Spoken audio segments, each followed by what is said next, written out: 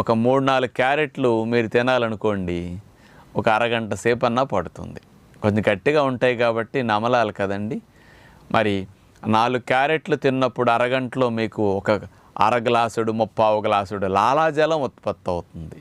ఈ లాలాజలం వచ్చి కలవటం అనేది డైజెషన్కి చాలా ఉపయోగం అనమాట. క్రిములను చంపటానికి, చక్కగా రుచి తెలియటానికి, ఈ నోట్లో జరిగే మెకానిజం అంతా రక్షణ వ్యవస్థకు టాన్సిల్స్ ఫైట్ చేయటం కానీ ఇవన్నీ సవ్యంగా పనిచేస్తాయి నవిలినప్పుడు. కానీ రసం తాగినప్పుడు అట్లా పనిచేయవు. మరి అయినా సరే నేను రసమే తాగమన్నానేంటి, మరి ఎందుకు నవలమంటలేదు మిమ్మల్ని క్యారెట్లు అని అంటే, క్యారెట్లు తినటం మంచిది.